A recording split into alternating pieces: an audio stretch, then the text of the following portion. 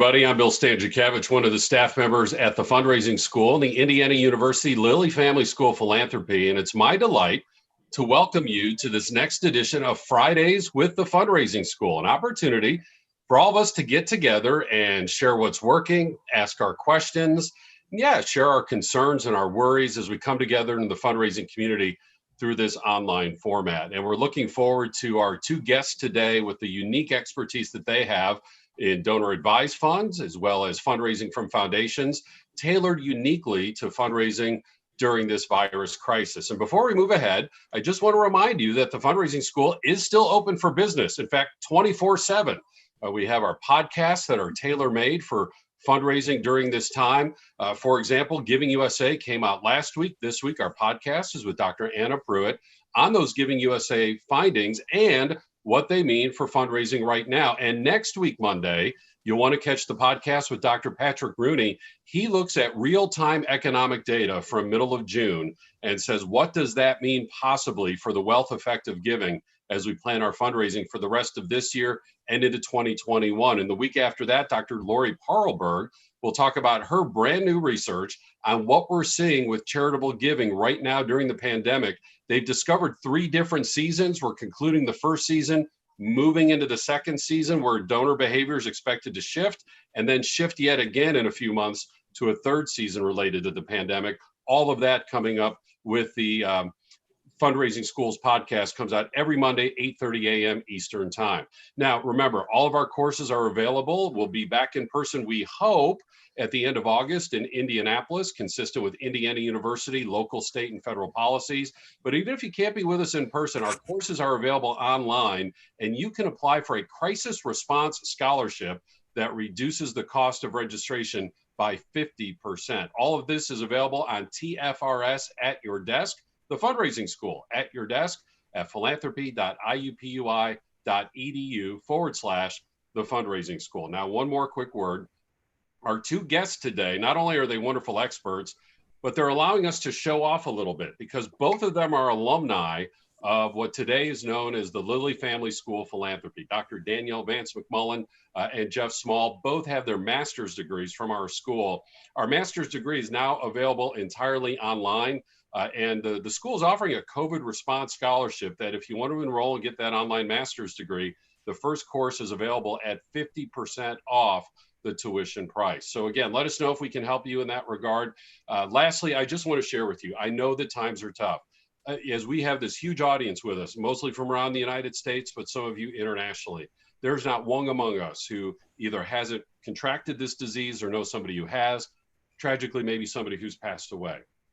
There isn't one among us, even in my own household, even one among us who hasn't suffered economic dislocation, economic loss, job reduction. We know all of that is real, including in the nonprofit sector. And anytime the fundraising school is serving you, please know that is first and foremost in our mind.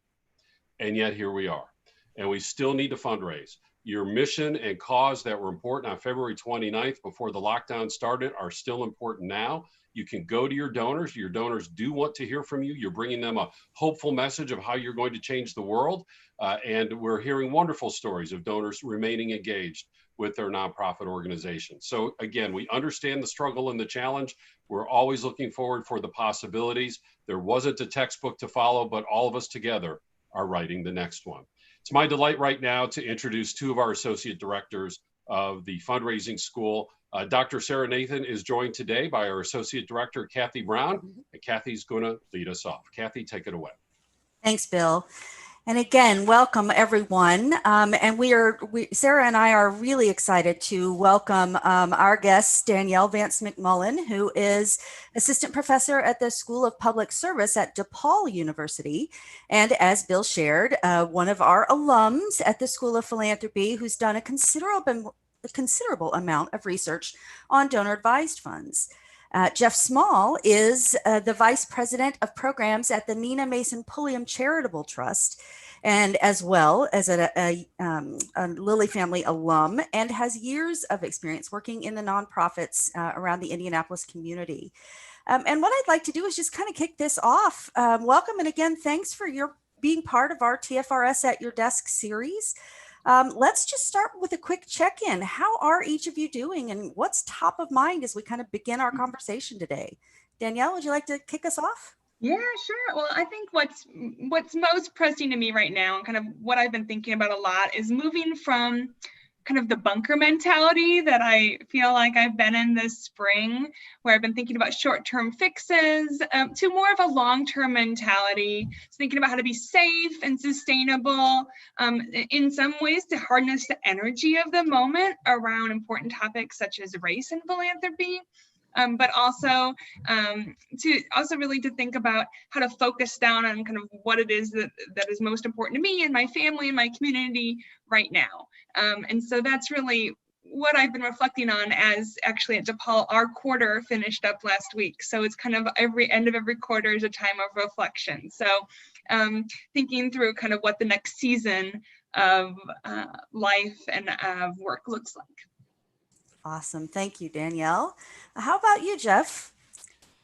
I think somewhat since this whole thing started and our lives all got thrown, or our plans all got thrown out of whack, our thought here, and mine specifically, has been sort of a dual pressure of how do we help the agencies that we've invested in and the folks who have the knowledge and skills to make the situation better, while at the same time making sure that we don't get in anyone's way and still get the best bang for our buck, all while feeling some sense of anxiety about sitting on a giant pile of money while people are in pain. So that's where I'm at. Wow. That's going to lead me to my next question, Jeff. I'm going to ask you to start. What are you seeing among your peers and grant-making foundations? Is there some collective thoughts about what's happening for grant-making foundations that you could share with our audience? Yeah, I think the first thing that I think everyone did in our field was to look at what we'd already done and see what adjustments needed to be made. I think it was pretty common among local, regional, and national foundations to either, and hopefully, reach out to grantees and ask if anything had changed or if they needed adjustments to their grants, namely loosening restrictions. And I know here we reached out to nearly all of our active grantees to ask, do you need funding, need for us to lift restrictions so you can use funding for general operating that's remaining on a grant? Do you need an extension of reporting deadlines, or just change the terms that you think you're going to meet? I think that was everyone's first step. I tend to think foundations, a lot of us are not that great at turning on a dime. So I think it took us a minute to get to individual strategies. A lot of folks invested in pooled funds, whether that was donating to, Feeding America to distribute money across the country to feeding agencies, or in our case, a community fund in both Indianapolis and Phoenix, where we make grants that then dispersed to, emergency needs. And I think most folks are, as Danielle suggested, she's doing personally and professionally. At this point, we're stepping into that next question of what's the next phase and what's philanthropy's role. Dealing with questions like, how much do we spend? What's our reasonable budget during this time? What are the opportunities? What do they necessitate in terms of giving? And some folks are making dramatic shifts. Others are being more cautious and making minor adjustments or shifts. I think all of us have changed our outlook on the immediate grants we're going to make, to make sure they're in context with both the pandemic and issues of race and justice. So that's sort of a broad brush, but Yeah, I know. I will say in my conversations with Bill, one thing that I think fundraisers should be not anxious about, I guess, is I don't anticipate, unless the bottom absolutely drops out, that you're going to see a huge shift in philanthropic giving. We'll stay more steady, partially because the markets have kind of come back up. I mean, the markets have come back up faster than wages have come back up. So that's what affects us. And a lot of us are on multi-year rolling averages. So we're going to be a lagging indicator. When things start to go a little better, you may see us dip a little as, a bad year or two hits our average. So the money may go different places, but for the most part, I would anticipate definitely this year and probably even next year that institutional philanthropy is not going to be as heavily impacted, or at least foundation philanthropy is not going to be as heavily impacted as maybe corporate or individual giving. Well, that's really great news. Really great news for that's my guess. Danielle's got a PhD. She can tell me if she thinks I'm wrong. Well, thanks, Jeff. That was a little peek behind the curtain, and I know our audience will have some more questions Absolutely. coming up. Danielle, researcher of donor advised funds, what are you seeing from your perspective?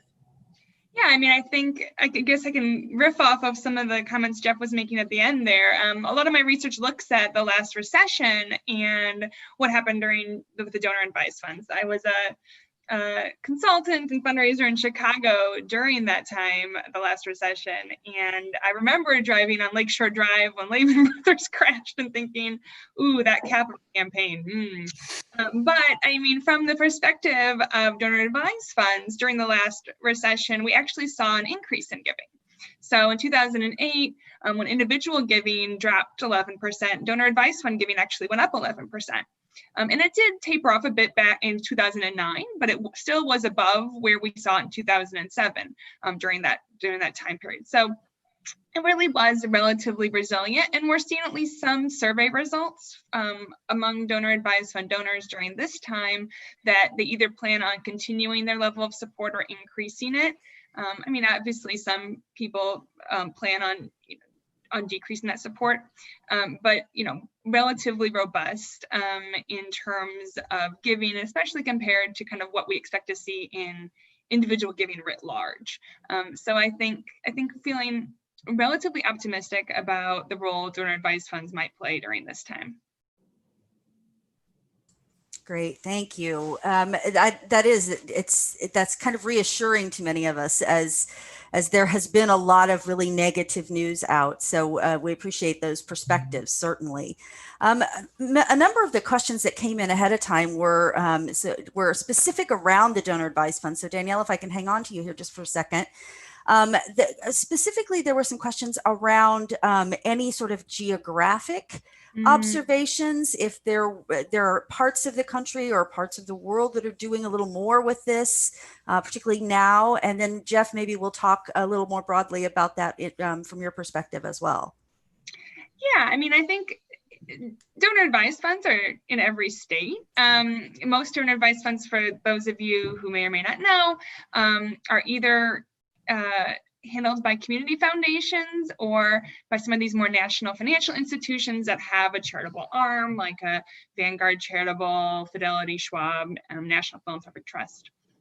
And so they exist in all 50 states. The areas of the country that we tend to see really robust donor advised fund involvement are the same areas of the country we see a lot of robust community foundation involvement, right?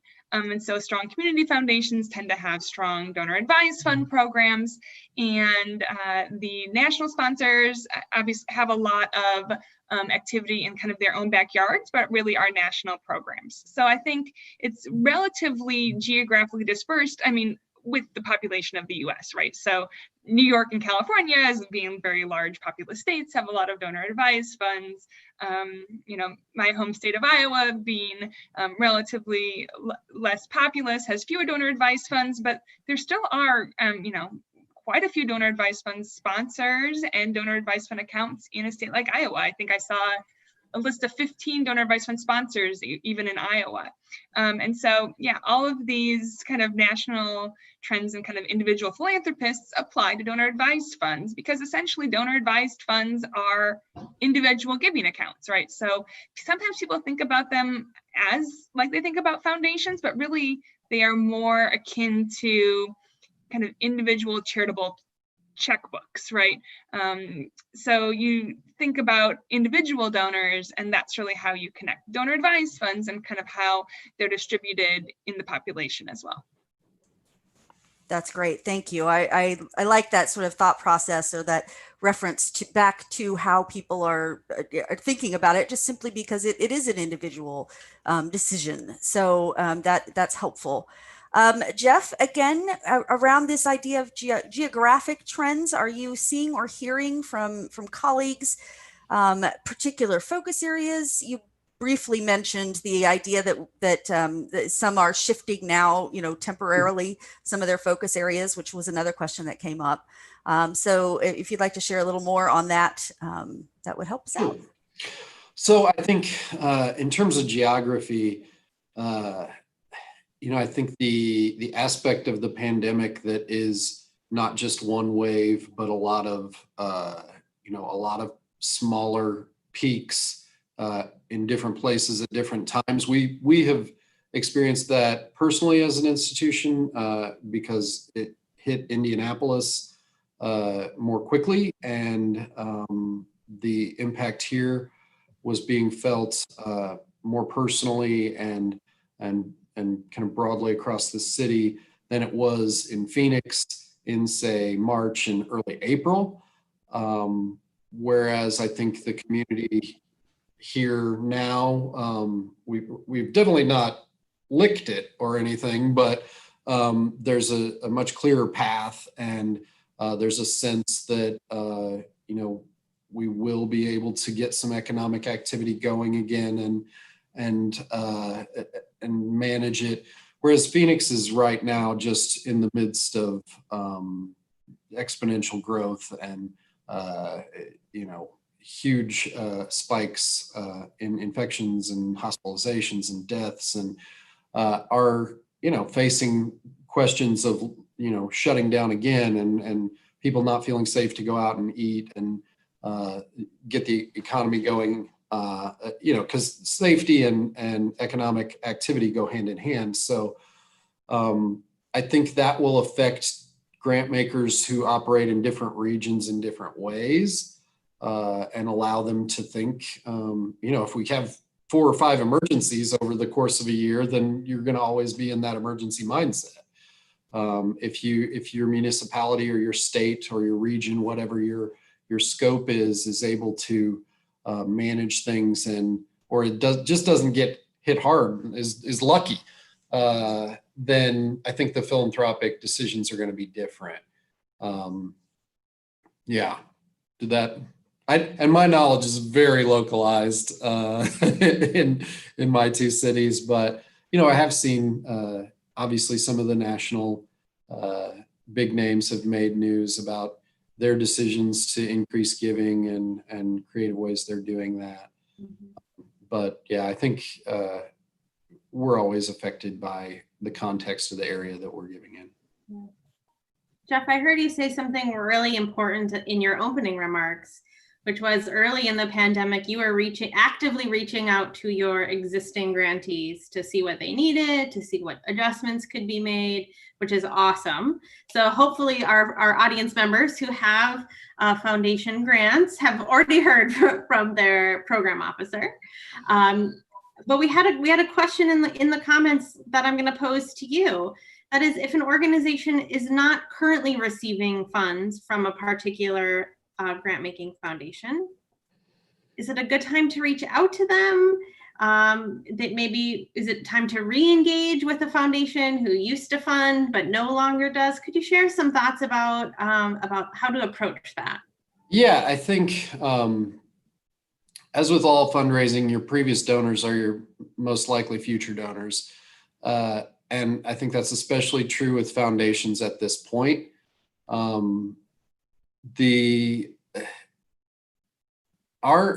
burden that I feel, and I know a lot of my colleagues feel, although not enough, in my opinion, is to not bother the folks who are doing the work.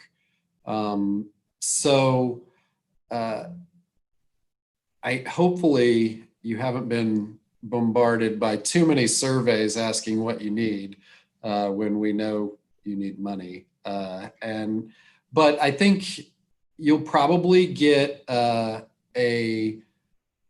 open or a sympathetic ear to at least get an update. Now, our inboxes have been busier than normal with lots of, whether it's newsletter style updates.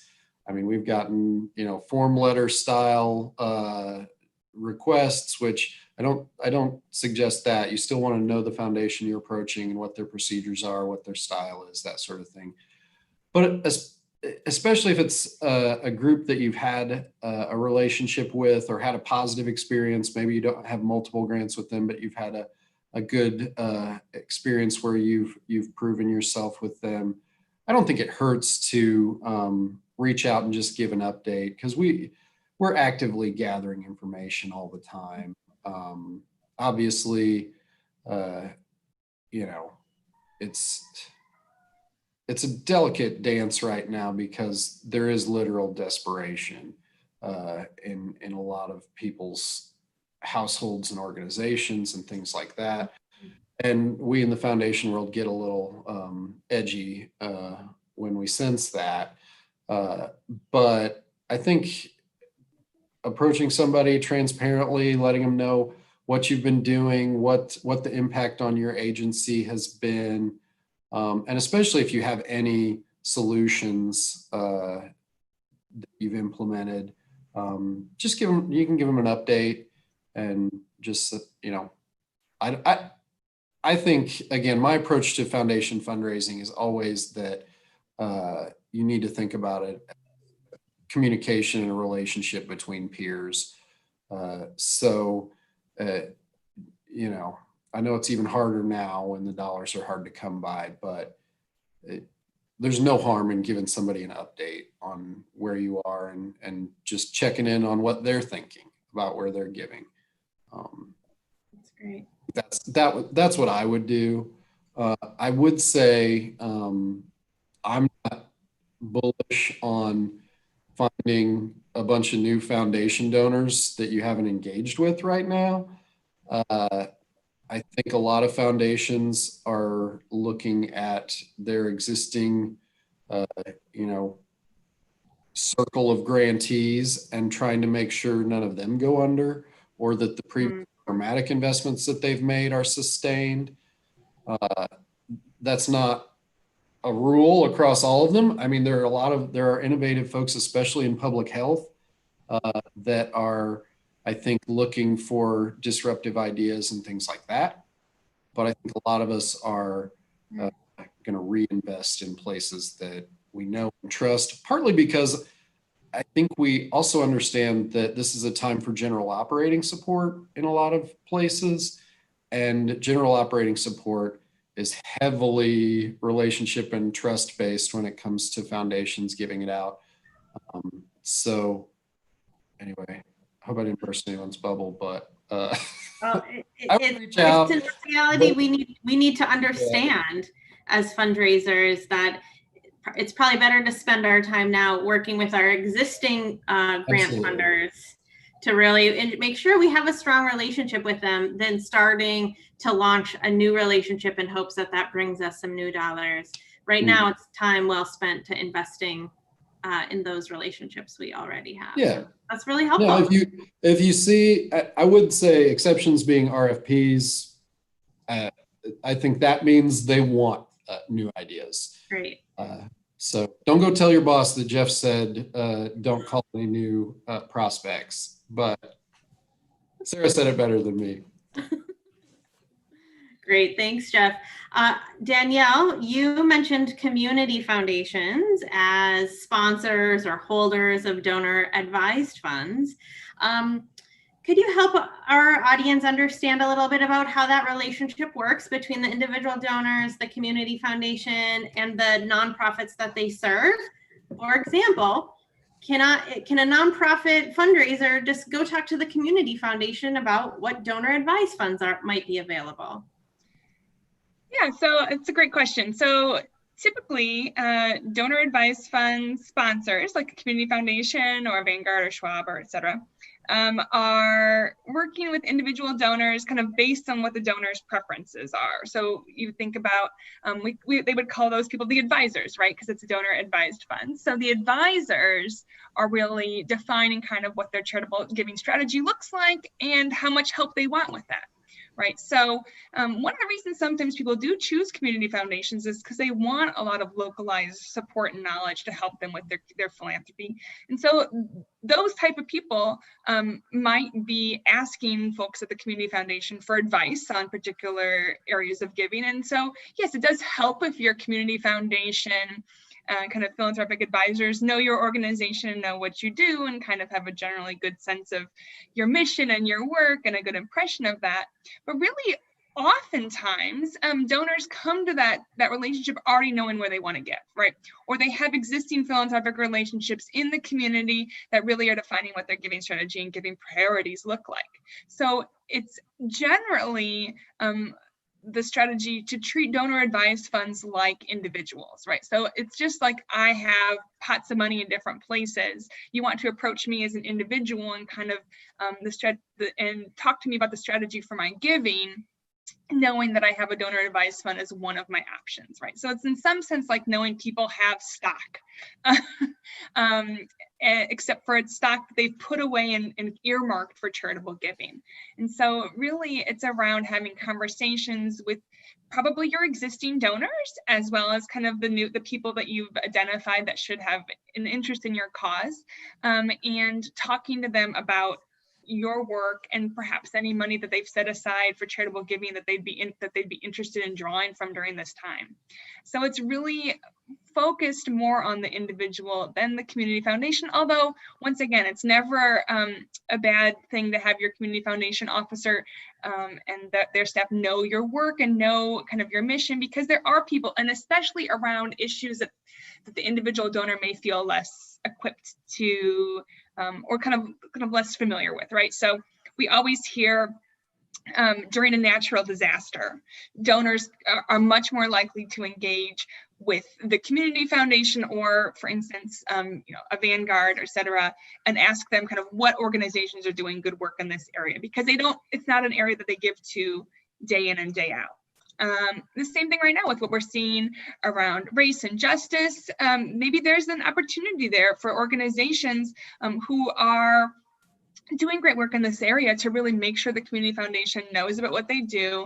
And because I think a lot of individual donors might be looking to make gifts in that area that they haven't previously considered, right? So if there's an event or a particular happening in your local community, including kind of everything happening with Black Lives Matter or other work that kind of is of the moment where people are looking to make a shift, that's when really knowing your work, having your work known at the community foundation is more useful, because that's when they get more questions. I think the work that people do day in and day out that's very similar, it's really about people's existing charitable relationships and their existing commitment to organizations. That's really helpful. As we're thinking about the idea of reaching out and making sure we do have those relationships developed. There were a few questions that came in around some of the real specific current trends. I think one of them was something called My DAF Campaign. Is that something that you're familiar with? Yeah, I'm a bit familiar with that. Yeah. So that's been in the news, and it was actually a little bit before. It started a little bit before kind of the current moment, but it's really gained some steam. Yeah. So it's David and Jennifer. I don't know know how to say their last name. Risher, and they were donor advised fund account holder advisors who I think had some relationship to Microsoft, and they were kind of encouraging other donor advised fund account holders to spend half of their DAF during the current times, because they really want to encourage donors to make substantial commitments out of their donor advised fund. I think one of the kind of ongoing public conversations around donor advised funds, which is a really important one, is how to make sure that the money in donor advised funds is being donated out to charities in kind of the most efficient and effective way possible. And so there's been a lot of public conversation about that. A lot of times people call it the payout rate, which is coming from the foundation world. My co-authors and I have also talked about something we call the flow rate. So like thinking through what percentage of dollars that come in this year go out this year for a donor advised fund or something similar to that. And so the Half My DAF campaign is around around increasing those percentages. And I think it's valuable, especially if people kind of don't have a plan for those dollars. And I think a lot of people do have a plan. And so I think it depends on, once again, your individual donors. I oftentimes think that the variation in how people use DAFs is just as wide as the variation in kind of people's charitable giving writ large. And so sometimes that's under acknowledged. And I think the Half My DAF campaign is definitely, I mean, there's definitely a piece of the population that's a great campaign for. So kudos to them for getting that started. Great, thanks. Yeah, it's certainly one where that current focus is now being shifted to sort of current events. On the other side of it, we've had questions about, what if you're a non-pandemic focused organization? How do you continue with your own priorities, or what advice do you have as far as working with those donors who have those donor advised funds? Yeah, I think definitely talking to all of your existing donors, all of your major gift donors, all of the, talking to them, explaining why your work is still critical during this time, right? Making that case, thinking through what is your case for support for gifts right now with all the other things going on. Why is your work remain critical, urgent, and important as it was before the pandemic? And so thinking through those, developing answers to those and having those conversations, making that outreach, asking for the gifts. I think one thing would be not to assume that people are going to know that you still are, doing important and urgent work, but actually talk to them and communicate that with them. And I think that will get you a long way. Yeah, I agree with that. That's certainly continuing that relationship is helpful. And Jeff, you mentioned earlier that something similar, that in thinking about these relationships, you don't necessarily need to jump into new relationships, but to continue to build those with the funders that you're working with. You mentioned that earlier, but I'm happy to turn this over if there are additional thoughts for those, again, non-pandemic, sort of race-related types of priorities. Not that doesn't sort of impact all of us. Yeah, I think this situation, or the dueling crises that we have, or parallel crises, I guess, that we have going on, are really, broad in their impact. I see donors that are arts and culture donors. They're not moving necessarily into suddenly feeding programs or anything like that. They're staying in their area of expertise and thinking about, how do we make sure that the community theater is there when things open up, or that they have what they need to survive the pandemic or open up safely, things like that. I've seen some pooled funds around things like that. But yeah, it's there are losers in every major emergency and crisis, and it is a harder case to make, especially if it was a harder case to make originally. If there were more donors in your area that were focused on social services to begin with, and there wasn't a robust pool of arts donors, it's going to be that much harder. but I do see activity there. I do see folks being creative. I think those types of foundations that are giving in those areas are having the same conversations that those of us who give more to social services or those who give in public health are having. How much is enough? What are the opportunities? How can we give? So I would say, again, maintain those relationships, keep the lines of communication open. And, we want you to succeed too. I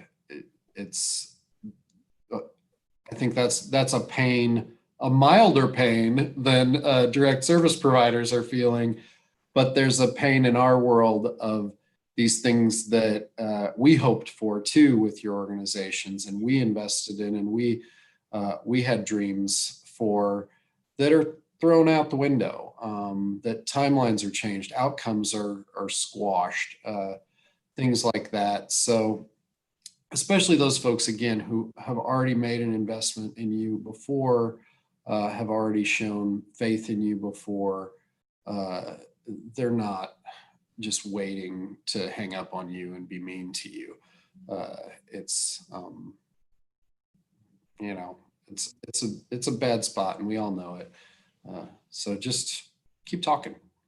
Yeah, I like what you said about being creative about how you describe your services or your case for support. And Colin in the comments reminded us that their organization just kind of reframed how they're serving people who are impacted by the pandemic.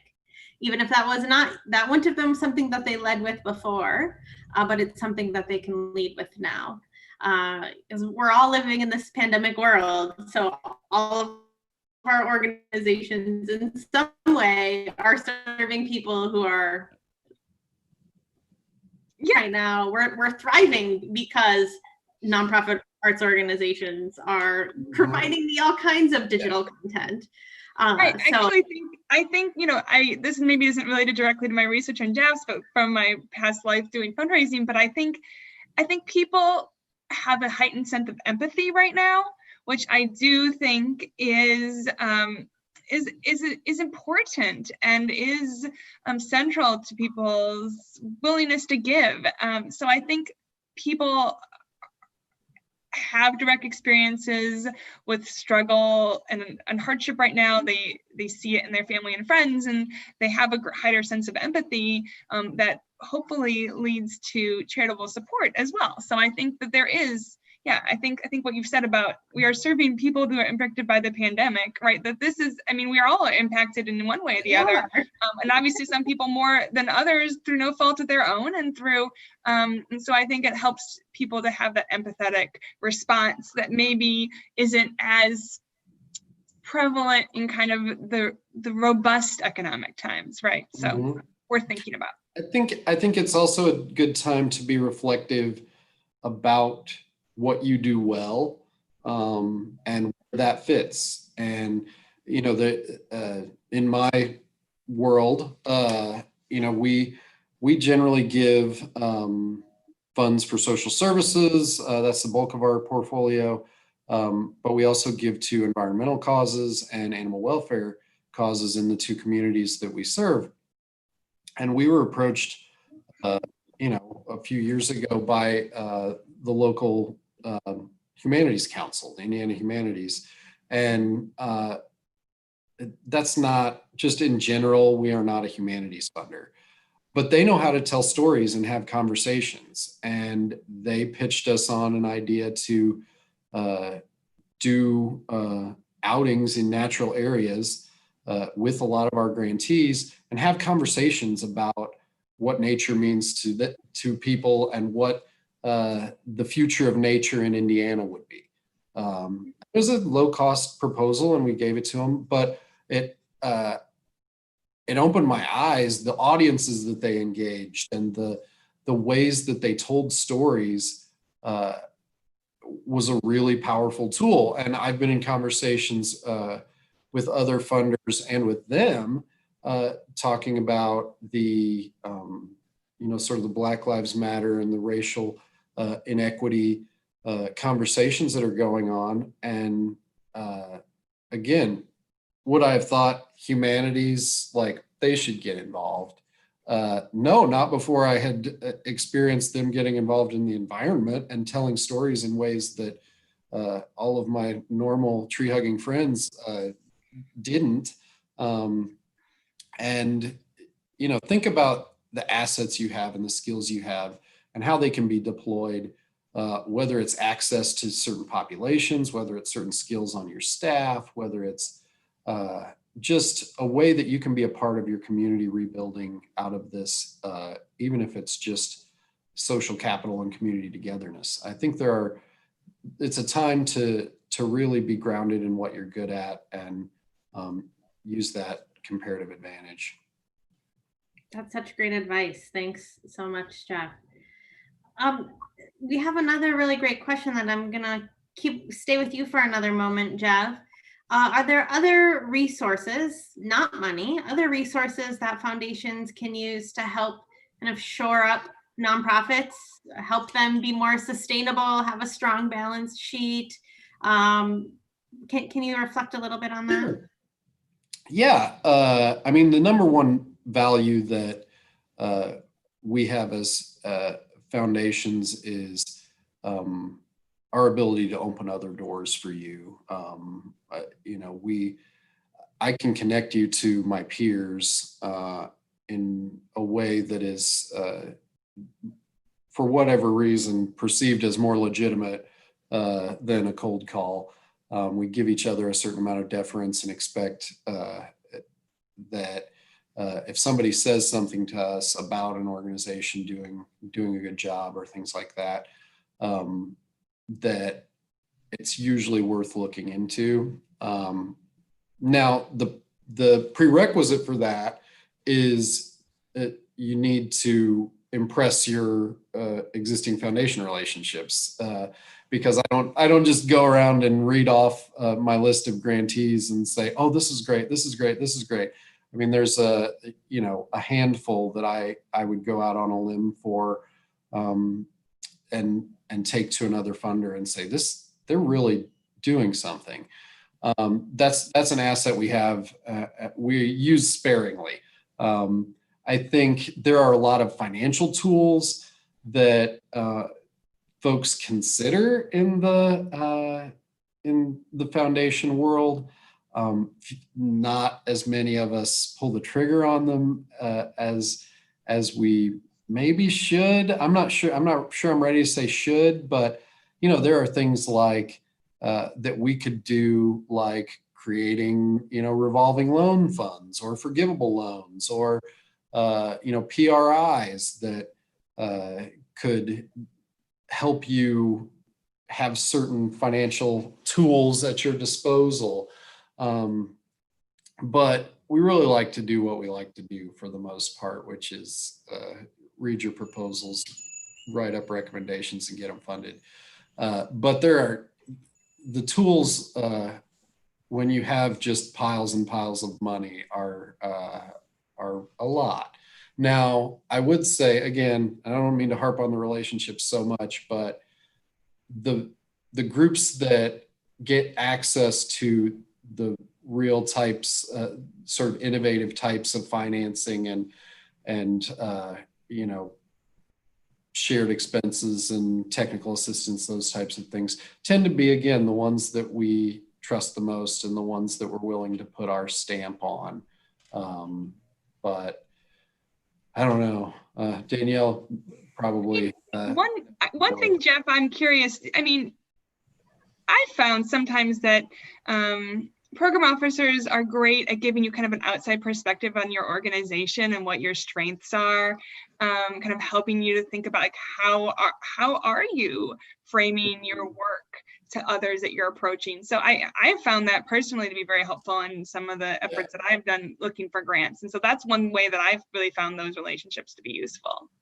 Yeah, we can definitely we have the time to be, sort of cross-pollinating and you see the ecosystem, right? You see kind of how all the pieces fit together within a community. So if you're kind of thinking about like how do you fit within the community and kind of all the things that are happening here, that's a really good perspective for an organization that maybe doesn't see that every day. So yeah, good point.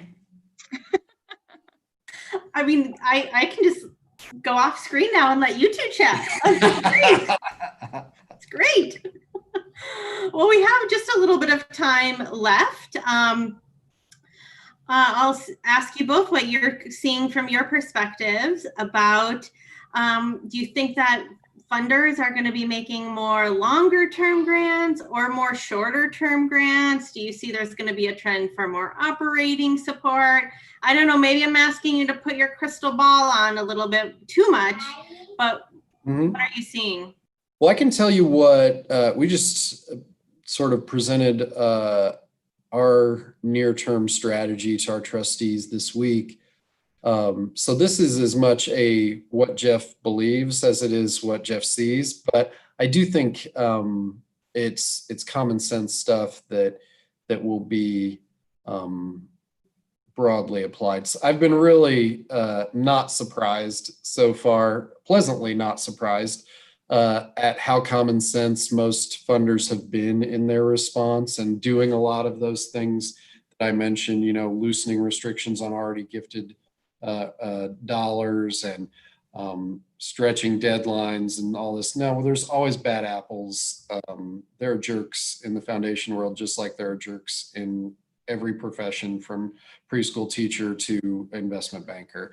But I think hopefully the logic for operating support is there. A lot of the government sources that are coming through have restrictions, are reimbursable, are very specific or you know, tied down to programmatic restrictions. This is a time to have operating support for that reason, and because the conditions are changing so quickly. You know, I've been so impressed by the agility of the frontline providers, and there's nothing that helps agility more than operating support that can just be flexed from one area to another. So our organization is thinking that we will likely do more operating support grants in the near term, that we will also likely do shorter term grants, not multi-year grants. We tend to do a number of multi-year grants especially over the past few years as we've made more strategic investments, but not that we're going to walk away from the organizations we fund, but the conditions are just changing so quickly. Most of the grantees we've talked to said, hey, we can't really project 7 months out, let alone you know, a year or 2 years. So we're taking the approach of likely making 12-month grants and skewing it more towards operating support and keeping a close eye on conditions and trying to be more responsive, have more decision points to get money out the door. I'm hopeful that others are doing the same thing. I feel like I've heard from others that they are, but there's a lot of inertia in foundation work and a lot of habit in terms of processes and how things work. And it takes a lot of energy to disrupt that. And but this is the type of calamity that has enough you know, energy to force that. So yeah, I would say operating support. Now, I think again, when you're talking to any donor, and foundations are the same, you want to talk about your needs and then think about the gift vehicle that works best for them. So it may not be just like, again, just like don't tell your boss that Jeff said don't talk to new prospects.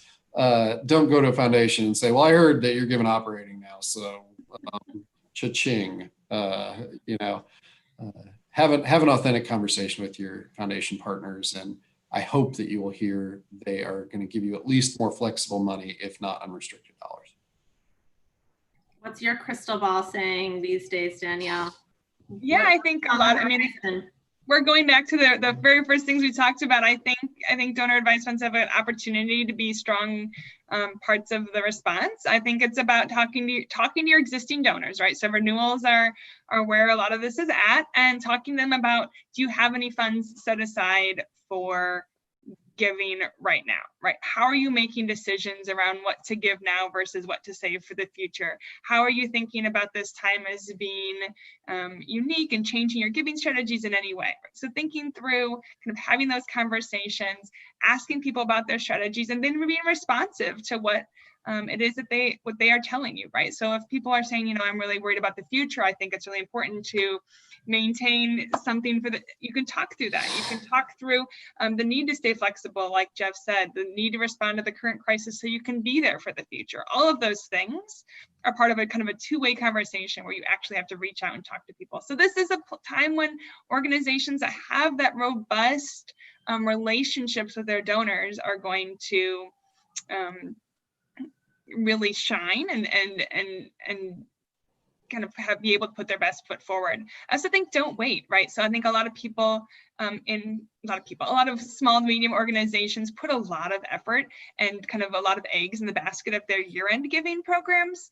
And I think this is a time when you want to have earlier rather than later conversations, right? So I think some people are worried about asking too much, but during this type of an economic time, I think having frequent earlier conversations with donors and asking more often perhaps than you would normally ask during other times is actually okay. I think people are worried about asking right now, and I think donors understand why you would ask earlier and more often during this time. So I think that's definitely something to consider.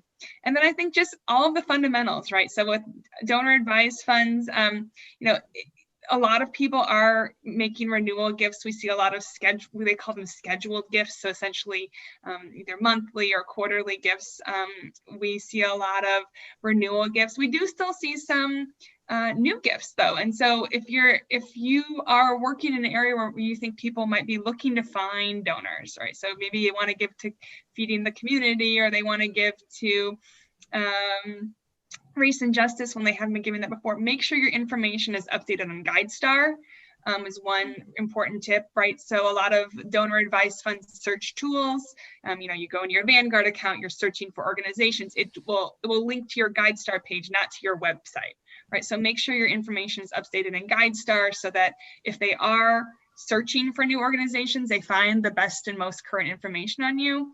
And then have those conversations, be out, have relationships, be in the community, have your updated information and kind of your new case for support visible to your community. And I think that'll get you a long way. And I think that those organizations that are doing those things, that kind of have those communication and relationship fundamentals that can make a case for support, are the organizations that are really going to come out of this with great relationships and the strongest financially. So.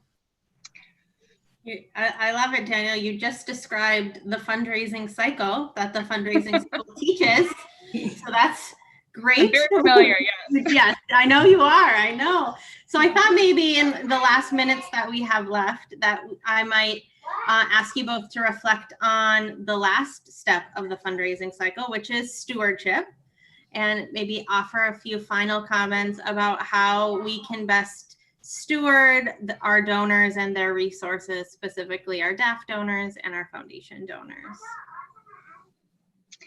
Yeah, so I think this is about having genuine and authentic thank you conversations, all the ways that their gifts have impacted your organization and how their continued support can impact you going forward. The donor advised fund donors are individuals, right? So it might come from the Vanguard Charitable Foundation or the Chicago Community Trust, but it's really an individual gift. So you're stewarding the individual, and that means doing all the things that work with individuals generally, right? So kind of making them part of your mission, talking to them about all of the great work they've done, and making them part of the team and part of the team that's doing the work in your community. So I think that all of the fundamentals that you've been teaching are more important now than ever. So Thank you for all the good work you do.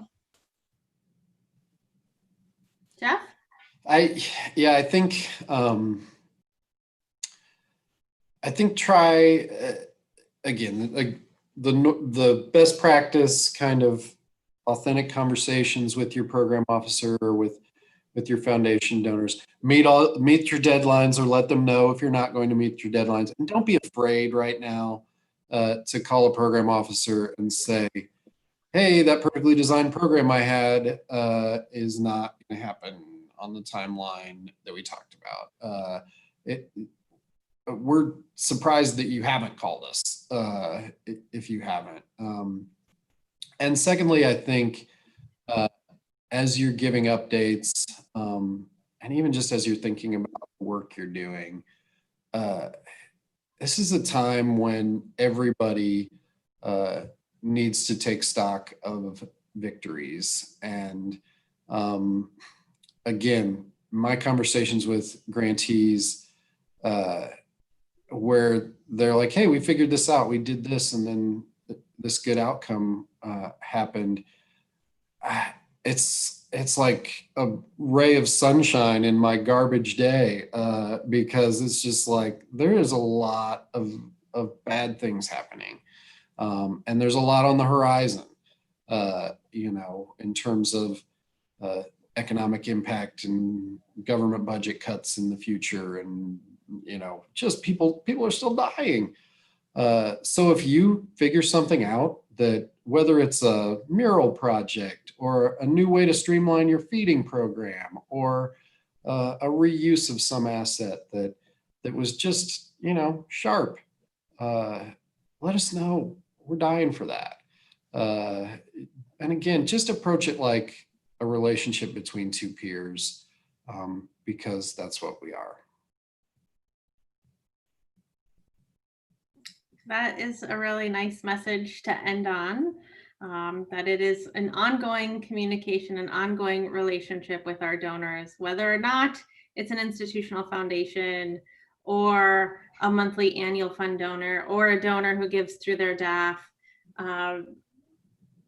that we all want to join together in that mission. And the more that we can communicate with them and invite them to be a part of that, the more successful that will be in our organization. So thank you, friends.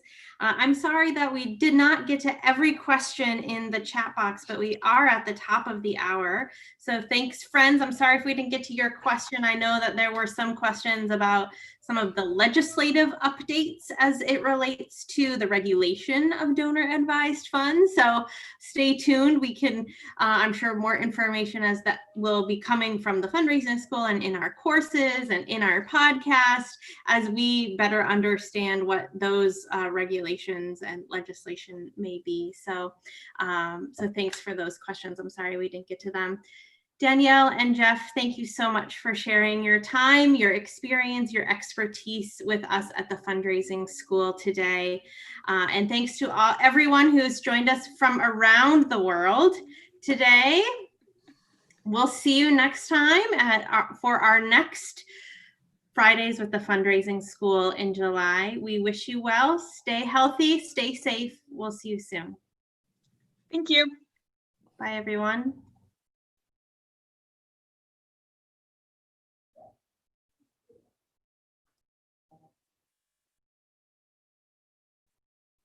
Great.